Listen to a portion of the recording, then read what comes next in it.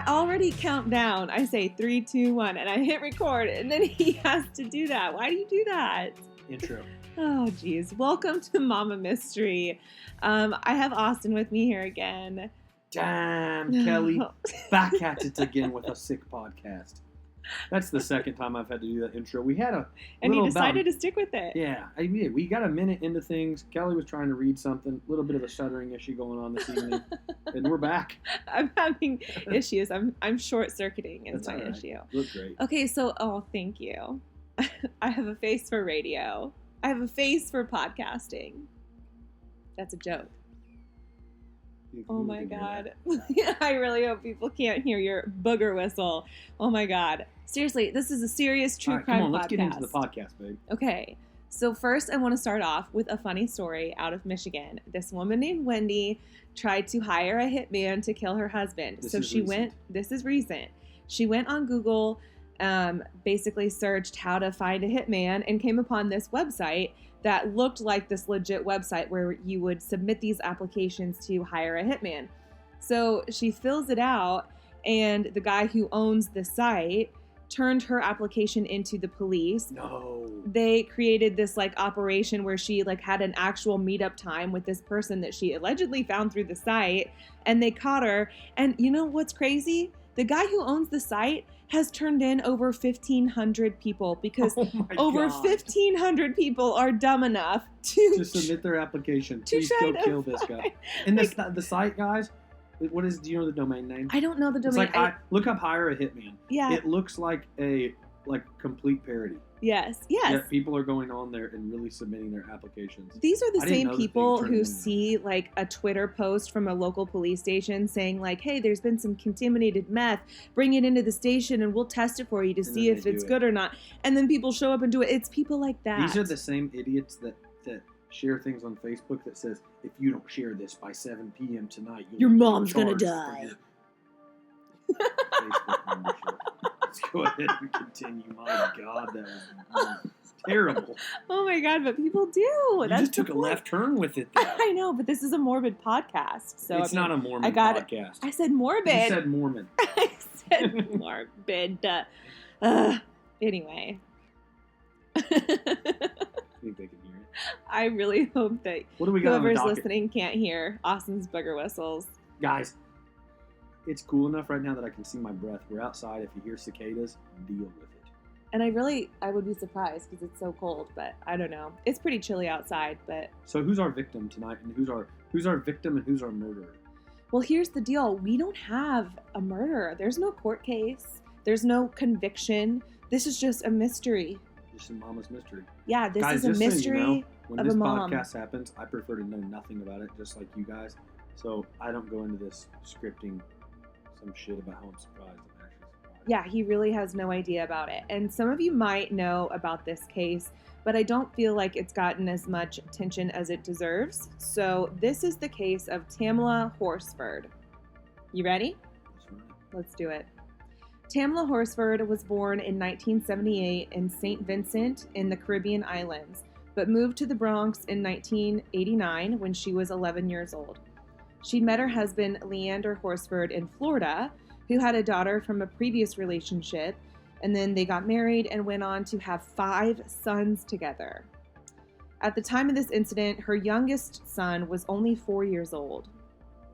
Her sons were very involved in sports, especially football, and Tamla was a very involved mother. She put her family before everything and was known as a very devoted, charismatic mom.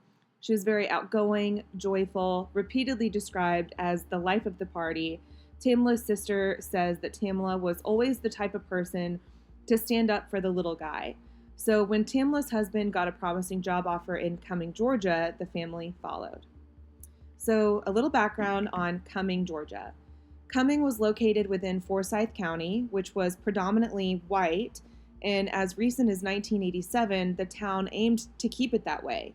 Back in 1912, white mobs set fire to black churches and black-owned businesses, and eventually the entire black population of Forsyth County was driven out. Then in 1987, there was a civil rights march called the Brotherhood March that aimed to challenge the whiteness of the community. 20 to 25,000 people descended on Forsyth County for this march, making it one of the biggest civil rights demonstrations in Georgia history. This march gained national attention and even drew Oprah Winfrey to the town for a roundtable discussion. Since this march, the population has become very little more diverse, but according to the U.S. Census, I looked this up today, as of April of last year, almost 78% of the population is white, and less than 5% of the population here is black. So this is like true dirtbag South, like where you think like big racist South, like this is that. I don't know that you would consider it like dirtbag, like, you know, I get what you're saying. Like I picture the dudes that would chase that guy down in the truck. Yeah, I don't think it's necessarily like that. I think actually a lot of these people are like well-to-do families. And just from looking at the house on Google, when I searched the house, it's actually listed for sale right now. But it's a very nice home. It's one that is going for, I think, in the 300s, 350s. So it's a really nice home, nice area. So when Tamla's family moved to Cumming, naturally her sons became involved in sports.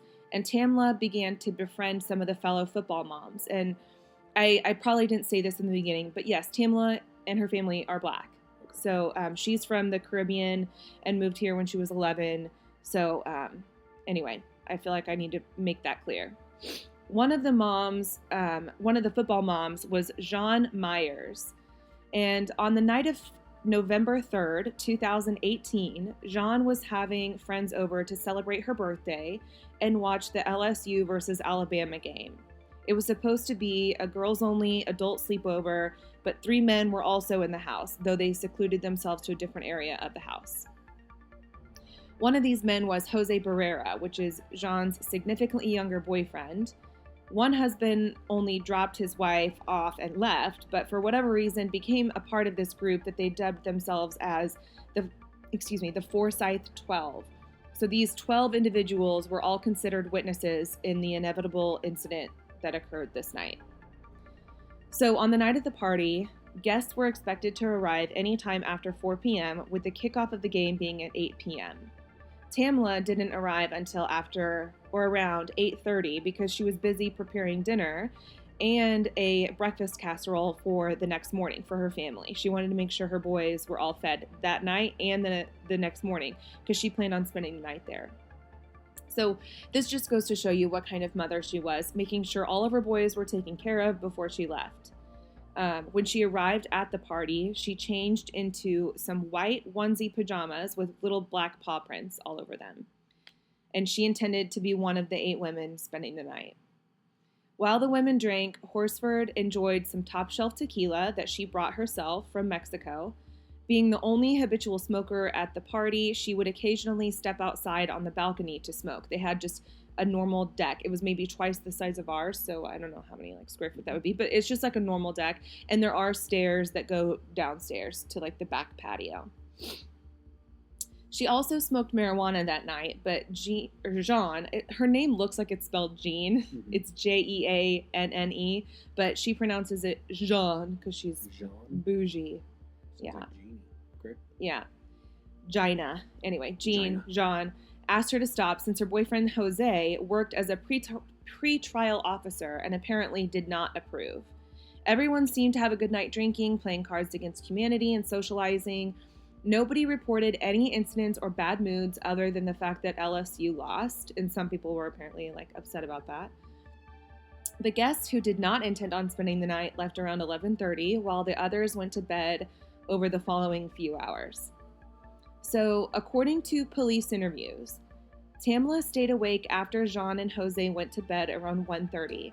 Is Jose a chick too? No, Jose is a man's name. Yeah, it's Jean's boyfriend. So this is a man and woman sleepover. Jean. As adults. So there were 8 women staying, okay. And then there were 2 men that were hanging out there. One of them was Jose, and then the third man was just a man was just a husband who dropped his wife off, but still was included as the Forsyth 12. How old is she? 45.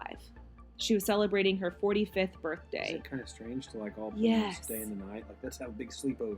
Let's have a big I town do orgy. think it is. And maybe that's just me. Like, you know, like I'm in this bunko group with all these women and wives and mothers, You but guys don't have sleepovers? we don't sleep over. No, That's weird we as leave. hell. We leave at the end of the night. So it's already kind of weird. It's kind of weird. And, you And know, you're all getting stoned and drunk. maybe it's just extra. Maybe I'm just, you know, cynical. I don't know. But it does seem a little weird to have like this sleepover. But whatever. I mean, Whatever. To each their own. Yeah. If you're having sleepovers and you're 45, fuck yeah. Whatever. Sure. So the last person to see Tamla that night was Bridget Fuller, who was picked up by her husband at 1:47. In Bridget's She had statement, a nightmare and decided to leave. no, she just was one that was going to leave. Will you come get me? Can you just come get me? My lips hurt real bad. Oh my gosh. No, Napoleon. No, Bridget. Okay, so she was picked up by her I husband. know that the nurse has like 5 sticks in her drawer. All right, go ahead. Oh my sorry. God. So Bridget Fuller was picked up by her husband at 1:47 in the morning. And also, One more interruption here. Sorry. Ugh. The other night, Kennedy had 6 bad dreams. You asked in the morning how you slept. Kenny, how'd you sleep, sweetie? She said, I had 6 bad dreams. she counted them. How did you And have she 6? said, I was afraid they were all going to come true. Oh my All gosh. 6. Okay, so back to the story. Oh so my this gosh, we're chick getting got so picked up at sidetracked. 1:40 a.m.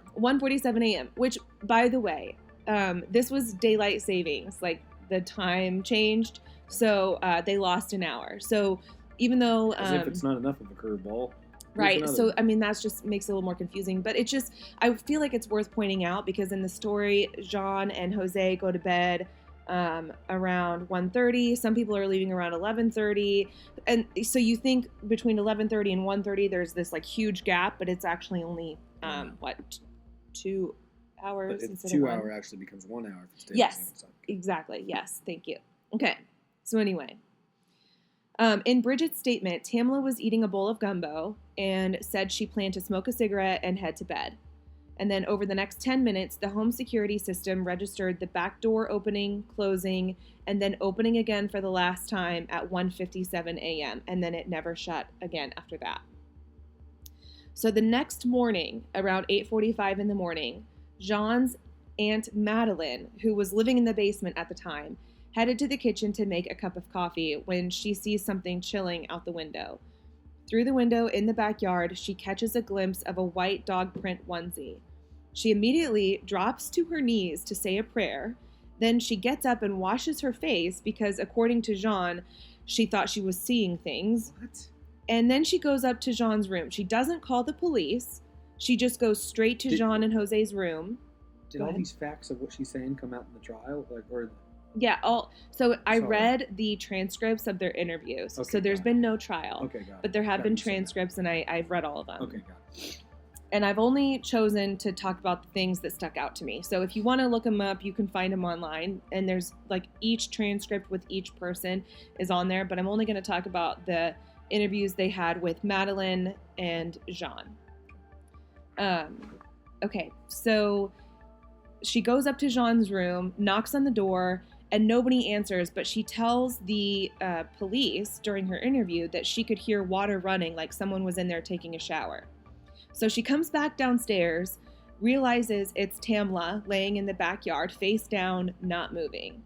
So again, she doesn't call 911. She goes back up to Jean and Jose's room and says, there appears to be something wrong with, quote, your friend from the islands. That's how she describes her, which I think is weird. Super rude. And just kind of rude. Yeah, I mean, yeah, it's just rude. It's callous. So Jean calls 911 just before 9 a.m. And on the line, both Jean and Jose speak to the operator. Jose says, she's not moving one bit. She's not breathing. I just tried to assess her. She's completely face down in the yard. She's stiff. And he makes a comment that he's afraid to touch her because he doesn't know, like, the protocol. Even though he works as a pretrial officer, like, he works in the court system, you would think he'd be familiar with, like, how to deal with these situations. But anyway, then the call drops and they reconnect. The operator asks, do you see any blood or anything? Or can you check if she's breathing at all? So then you hear some commotion in the background, and I assume Jose is checking Tamla at this point to see if she's still breathing, but then there's like this big silent gap where part of the call appears to be either redacted or muted or something, because then all of a sudden you hear Jose return saying, "I'm completely not sure," and the operator says, "So that's the only blood you can see," and he says, "That's what I can see without moving her over." The operator says, "Do you know if she was suicidal at all?" Just like that. So it's kind of bizarre to me in that tone, because it's like, where did that come from? Why would the operator ask if she was suicidal in that tone unless Jose suggested it or suggested an injury that would imply suicide? Because later on we do find that she had some marks on her wrist, but you don't hear that in the 911 call. And why wouldn't you? Like, why would that be redacted from the 911 call? It's just suspicious. It's weird. It's just weird. So then the operator asks, "How far did she fall?" And Jose says, "It would be about 20 feet from where your feet would be on the railing." And I've heard some people that say this is an odd way to describe the height of the deck. But I want to point out that if you believe someone fell from the deck, you're not just going to estimate the height to the floor of the deck, right? A reasonable person with common sense would, I hope, measure to the top of the railing, right? I mean, you would think if someone's falling from the deck, you'd measure from the top of the railing, so not they're just assuming that she fell? Yeah, they're immediately assuming she I was fell gonna off say, the the deck. whole assumption kind of came out of nowhere, but okay. Yeah, I mean, she's laying face down in the yard, and she's not laying on the patio below the deck. She's laying in the grass. Okay. So, I mean, Okay. yeah, just at first sight, and there's no pictures of this. They didn't take any crime scene footage. There's nothing. And I honestly couldn't even find how she was laying from the deck. Like, I couldn't find information, and maybe I just missed it, but I couldn't find whether her head was facing towards the house or whether her feet were facing towards the house. Because I feel like that would be important.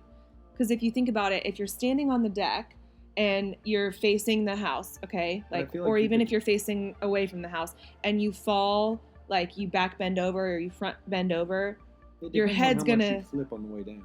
Yeah, but I mean, think about it though. Like, okay, for the first example, if you're facing the house and your back is to the deck and you back bend over, you would probably, and then you end up face down. If you end up face down, your head is going to, your head is going to be towards the house, right? Yeah. If you're facing away from the house and you're facing out towards the woods or whatever your deck is facing, and you end up face down, then your face would be away from the house. Mm-hmm. So either way, it just doesn't explain exactly how she fell off the deck, if she fell off like face. Even then though, that's like kind of getting speculative, but I get it. Yeah, it's all questions that remain unanswered, right, is the point. So, but anyway, I think the discrepancy here is, why would he say where your feet would be on the railing, suggesting that someone would jump off the deck? So anyway, people like from the podcasts I've listened to and the blogs I've read, people like really harped on that fact because they're like, why would he immediately assume that she jumped off the feet or with her feet? And I don't know. I thought that was a little extra. So I just wanted to point that out because those were my personal thoughts. So then Jose tells the operator that they have cameras that would capture if anyone was on the deck with her. And this is important because later it was found that the cameras weren't working at that time. See, that always happens. That's Doesn't like the chick that happen? Walked into the cooler and the cameras weren't working. Yeah, outside the cooler. I haven't talked about that one yet. Yeah, but yes. But that one, like, how does this always happen? That's like Epstein. The cameras in the prison weren't working in his wing. Like, yes, what the hell? Exactly. Anything that happens like that is always a dead giveaway. Yes, it's always fishy. A red flag. Absolutely. It's a red flag. You know what? Aaron Hernandez, his cameras busted him. Remember at his house? Oh, yes. Aaron Hernandez cameras busted him. Yes, but there were no cameras in the prison cell to right. say if he actually hung himself or if right. he was attacked. The whole cameras inside shutting off, that's all bullshit. Yeah. Anytime technology fails, but I don't know. That's like when somebody sends a text right now and then it says delivered, and then you send another text, hey, did you get my last message? Yeah, it's 2020, I got it. Yeah. I got the message. Technology exists. It's not very often, it doesn't go through. Exactly. So when it just coincidentally quits working right when you really need it to be working to prove innocence. Yeah, it's weird. So Tamla was pronounced dead at the scene and her body was sent for an autopsy. But even before the report came back, the Forsyth County Sheriff's Office was treating this as an accident. During the autopsy, it's been reported that there were no photos taken. When the photographs have been requested, the GBI has either ignored the request or claimed that they can't release the photos without some release. Anyway, to this day, nobody has reported receiving the photos, which is incredibly unusual. The point of doing an autopsy is to report the condition of the body at the time of death with the hope that there is an etiology as to how the person died, and usually you back up those findings with photos. So it's incredibly odd and remarkable that there are no photos to accompany this autopsy. And I know you don't really have much of like a background or interest in true crime other than when I'm talking to you about it, but No, it makes sense. anyone else who's listening and hears an autopsy was done with no photos, it's like, I know enough to know what? from listening to you in the past that's weird. Yeah, super weird. In the final report, the examiner found that Tamla's blood alcohol was 0.238, which is just shy of 3 times the legal limit to drive. She is drunk. And there were also trace amounts of marijuana and an anti-anxiety medication in her system. So in the interview with Jean, she tells the officer that Tamla went outside to smoke a little bit of weed, and Jean went out there and was like, hey, you can't be doing that. Like, Jose is going to get super upset, and I'm not going to fight with him over this dumb shit. Like, that's what she said in the interview. So when they say trace amounts, I'm thinking based on that, yeah, exactly. It was probably like 1 or 2 puffs. So not enough to be sending her over the edge. Yeah. Exactly. But she was drunk. And they inevitably concluded that the alcohol in her system mixed with the trace levels of THC likely caused a loss of coordination, contributing to an accidental fall. So when they closed the case, details surrounding the case were available to the public, but these documents didn't provide Tamla's family with any closure. Rather, it only caused more confusion. In all the photos, videos, and interviews from that night, Tamla seemed to be coherent and in control. She never appeared to be out of her mind or blackout drunk, and she also didn't know a lot of the women at this party, or at least a few of them. And so according to her family, it was so out of character for her to get like just so plastered in front of people she barely knew.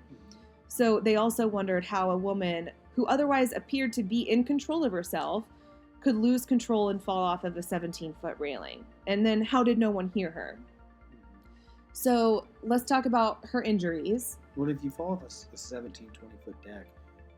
Like, I don't know, and land in the grass? I don't know that you would be heard. Well, I don't know you'd be heard, but I also don't know that you die. Like, I think the chance... Right. I obviously anything's possible, but I think the chances of death falling off a deck, I'm looking down our deck right now, it's like, you'd be hurt. Here's the deal, though, and some people know this about me and some don't, but when I was 9, I fell off of a 10-foot high dive, and I landed on my chin. So I broke my jaw, smashed my TMJs, and, like, lost a bunch of teeth. But I didn't break my neck, which was actually shocking that I didn't break my neck, considering the fact that I fell on my chin. And maybe part of that is because I was 9, so I was a lot more, like, flexible or whatever, I guess. Like, I imagine if I fell now at 32, I'd probably break some shit, like a lot of shit. Yeah. But it does make you wonder. Sometimes I feel like you can fall just the right way and break your neck. No doubt. I mean, it's possible. I had a friend who dove into 5 feet of water and is paralyzed from the neck down because he hit his neck. So, I mean, a lot of times it's just how you fall. So go ahead, what were you saying? So her injuries from this fall. She had a dislocated wrist and then some parallel scratches on her wrist. So it looked like, 2 or more scratches that were parallel to each other on her wrist, a broken neck, and a laceration to her heart. There was a laceration on her heart muscle. So, and then she also had abrasions to her face, like above her nose and above her eyebrow. I don't know enough about stuff. How do you get an abrasion on your heart? See, I don't know. And it was a laceration, not an abrasion. Abrasion is like a scrape, and a laceration is like a slice. And it was on her heart. And it was on her heart. So. And there was no like wound of a knife going in her? No. So that, like, I mean, I'm not a doctor. I'm not even a nurse. But I try to, think of the most logical explanation. I'm a dropout. I couldn't tell you what the hell's going on with that deal. Oh my God, Austin. That's crazy. Like maybe something inside her, just like a rib sliced her heart or something. I mean, maybe it was just the trauma of landing. I literally have no idea. Like, I usually can try to think of ways to explain things. I've watched a lot of shows, but that's like the extent of my education when it comes to like true crime. I've never heard of someone having a laceration on their heart with no other, markings on their chest. Like if you think you could puncture a lung with a rib, like maybe it's just something that happened from a fall. Yeah, but there was no broken ribs. No, I'm just like hypothetically throwing shit out there. Yeah. I don't know. It's very bizarre. Unfortunately, the scene was not preserved. Evidence was never tested. And when they interviewed witnesses, they did it in the comfort of the Myers home. So John Myers' home on November 9th. It was a very casual interview process with people filtering in and out of the home, often interrupting the interviews. So one of the first interviews they did was with Aunt Madeline, which was the first person to find Tamla. And at one point during the interview, Jean comes in while they're interviewing her and jokingly says, "I'm going to start charging y'all rent." And the officer responds, "Get out of my head," which I don't even know what that would mean. And then Jean says, "Look, I just went and got y'all gift cards. Then I was told I shouldn't because it would look bad if I give you something before the case is closed." And it's very typical because I figure all the cops love Dunkin' Donuts, right? Then she says, "Now, do you need me or can I go upstairs and get ready for this funeral?" Wait, so this was all recorded? This is all recorded and it's in the transcripts of Madeline's interview. So Jean like peeps her head in to this interview and is like, "Do I need to start charging you all rent?" Like, your friend just fucking died on your property and you're just like in here making jokes, and then like you go out of your way to go get the cops Dunkin' Donuts gift cards. Like, in the meantime, are you doing anything for Tamla's family? Are you offering to help her family in any way? Like, it just struck me as so bizarre that she would go out and get gift cards for the cops. This is random. What year did this happen? 2018. Okay, that's not what you said was recent. Yeah. Gosh, that's weird. Okay, yeah. Go. And then when she says, "Do you need me or can I go upstairs and get ready for this funeral?" Like, I don't know, just the flippant way that she talks about it really just got under my skin. Yeah, it just weird. Like, I don't know. And then the more I read, the more I, began to unpeel like her true character.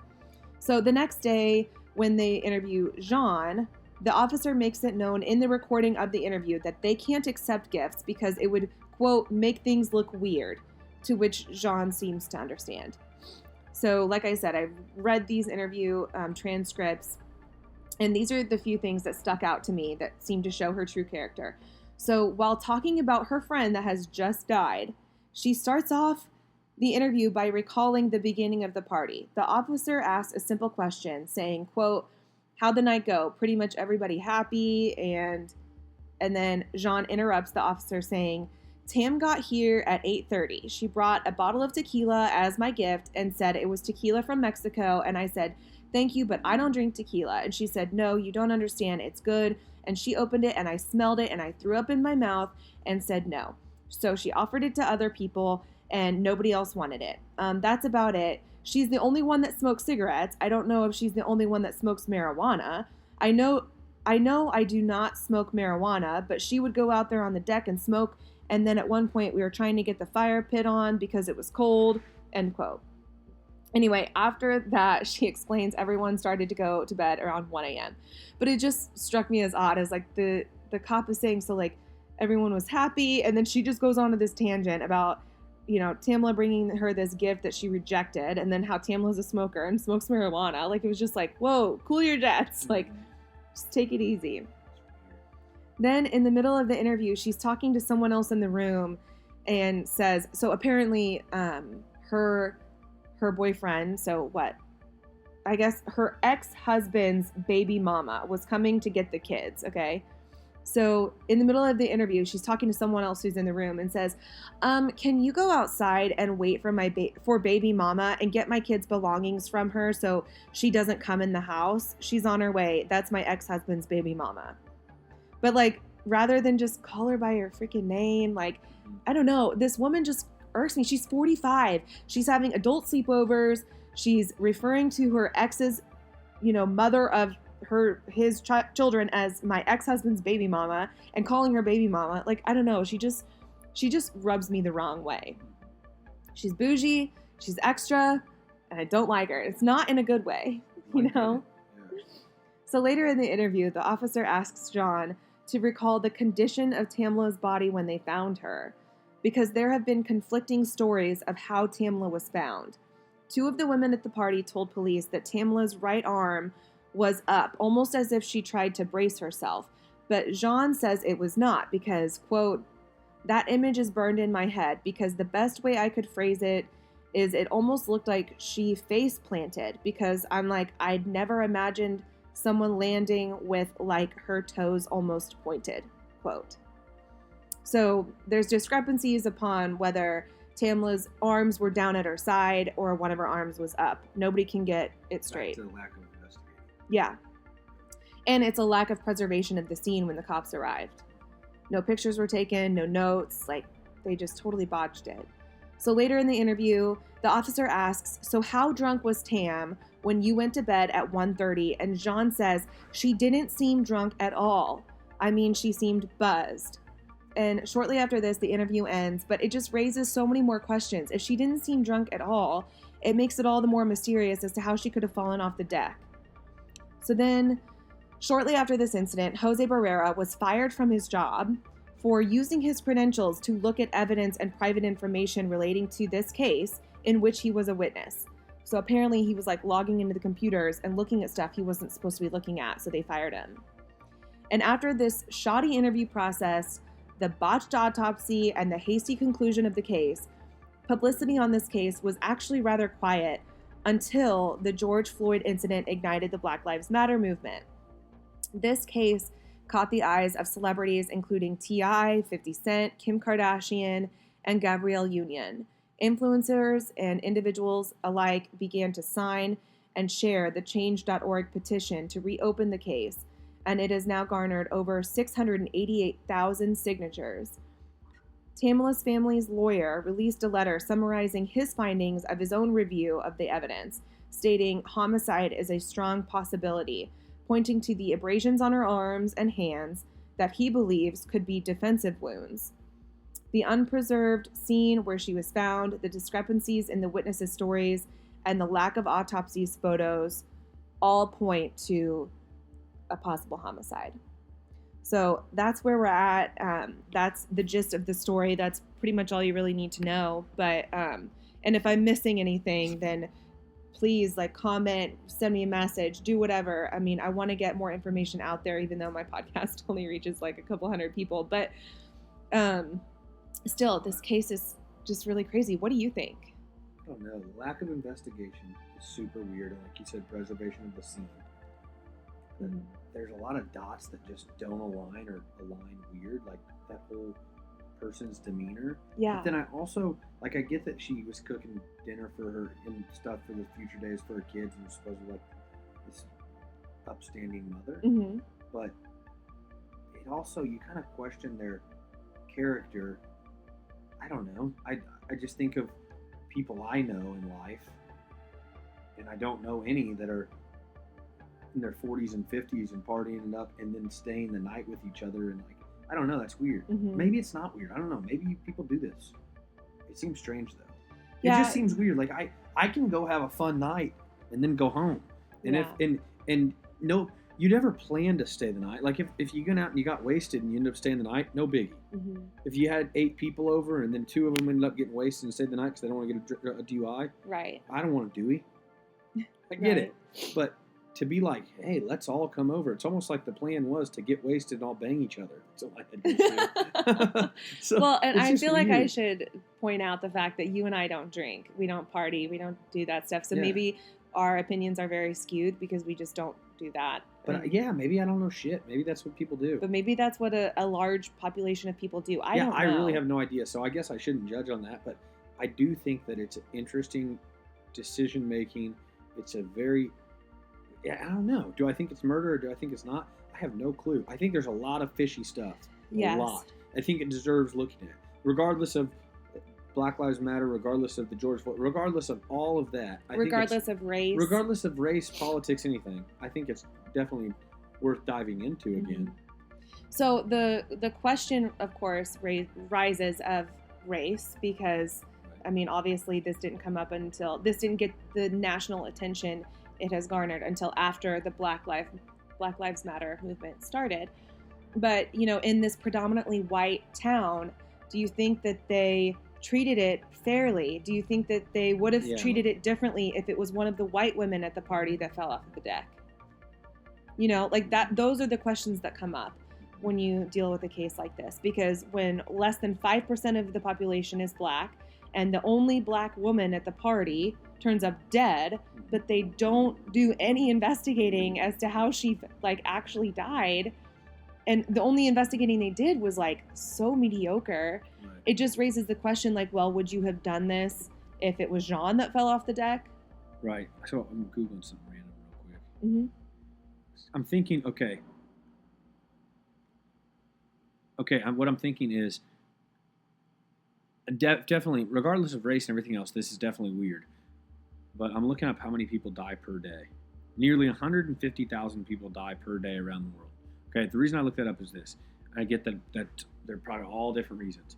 But how often do you think that something random or something that deserves to be investigated more like this happens per day, per year, per month, all the effing time? Mm-hmm. It's almost like, and I this is an excuse for it because it's still unacceptable. And if I was the family, I'd want to know what happened. Absolutely.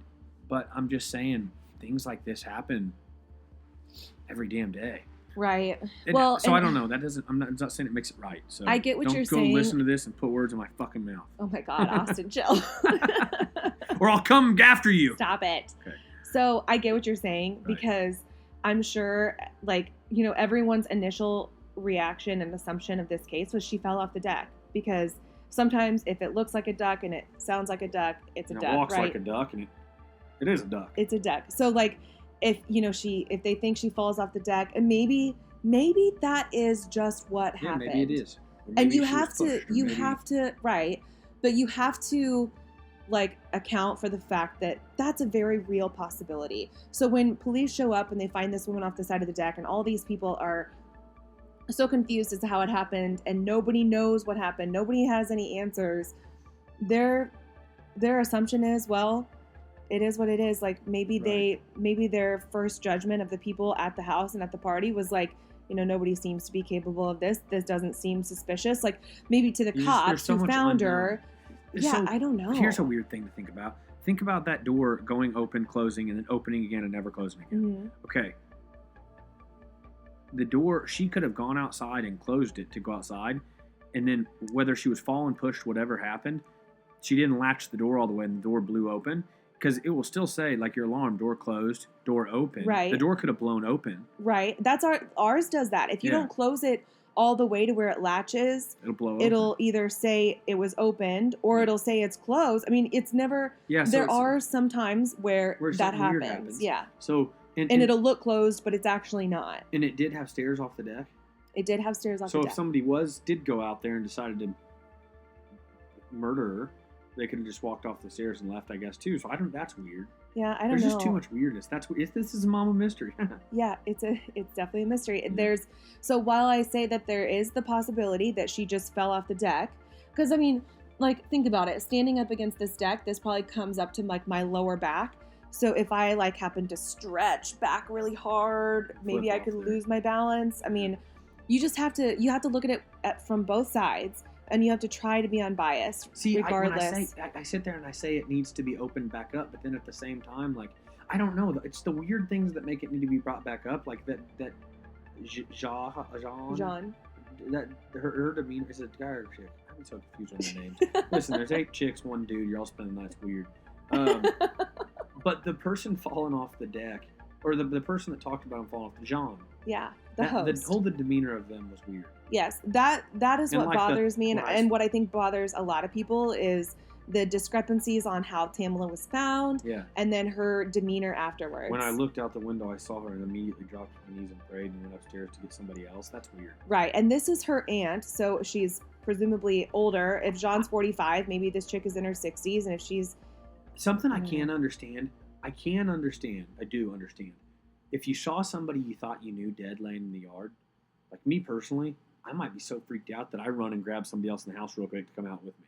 Before you just go straight to it. You don't know until it happens to you. Yeah, because like you're so creeped out by it that like to go look at it, like I would be terrified. I'd be scared somebody's watching, they just killed him, they're gonna kill me or something. I don't know. You just don't know. So you'd want a witness to go with you. Yes. And I get that, but then the way they then Dunkin' to not Donuts like gift cards and the this is that's where shit got weird. Yeah, and the way she was just so flippant about like, I got to go to this funeral. Like, I don't know. The way Jean's demeanor is what makes it weird. So, like, when you look at just the facts of, like, Tamla, how she was found, sure, it looks like it could be an accident. But it's everything that happened after that makes you wonder, is this an accident? Yeah. Yeah, the interviews and stuff. That's weird. That's weird. Yeah. But if you only... Yeah, so I can honestly, truly, genuinely see how people are divided on if it's an accident or if it's not. I could literally see both ways. Yeah. I absolutely could. So tell me what you think. If you think this was just an accident, or if you think this was actually something that, you know, these people at the party or some of the people at the party tried to cover up, comment and let me know, because I want to know what the thoughts are. Is there a hashtag or something with this chick's name? Yes, it's so hashtag Tamla Horsford. So screenshot the podcast, put it on your story, tag Kelly and Mama Mystery, and do that hashtag. Yeah, do it all. Thank you so much for that plug. And thank you so much for listening. Let's see. I don't know what the next case will be. I usually just kind of decide on a whim. Just go rate, review, and share it on iTunes if you haven't. Please. Yes, I would appreciate that so very much. We're just trying to grow this shit and entertain some people. And I'm so glad. So the least you could do if you were entertained for the last 20 minutes by us, all right? 41. We're at 41 minutes. Come on, give you 41 minutes of entertainment. Pay your dues. Pay your dues. I'm serious. I'm pissed. I'm really mad too. That's right. I'm pissed off and I'm mad and angry. Pissed off and I'm upset. I'm unhappy. Jeez Louise. And you know what? The podcast episode is over. We're Till gonna next time. Shut this down. I'm just going to shut it down. Thank you so much for listening, and I'll see you next time. Until then, stay safe, stay vigilant. Mama.